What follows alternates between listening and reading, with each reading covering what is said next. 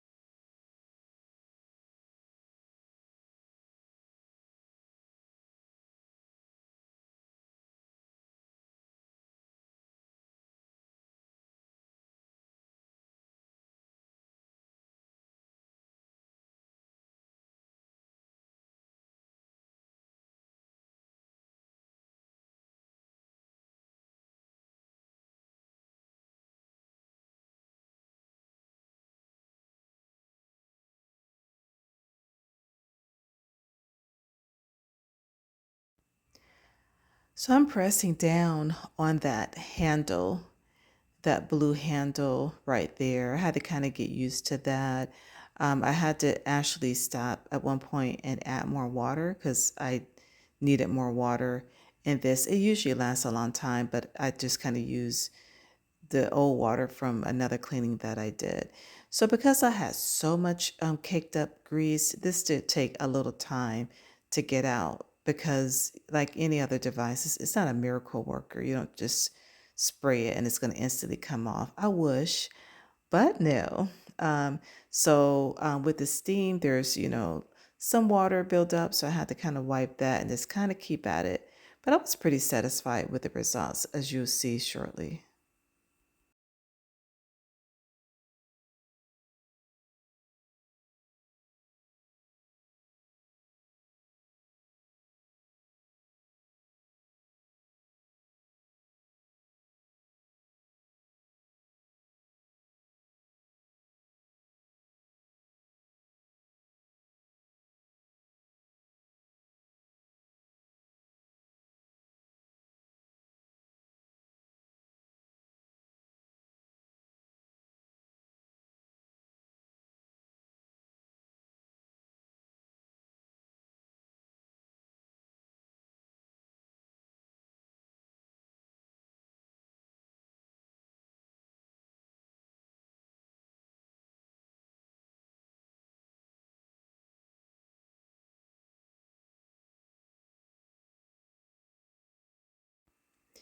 Here I'm using the brush attachment, and it really did a good job in getting that caked up grease off as well. Also, when you use the brushes, if you have a lot, so this is a result of it, which I think came out really good. All the grease is gone, so I was happy. I'm not going to try to let it get caked up like that again. As you can see, I still got some more work to do in that little corner right there, but I was pretty happy with the results. Now,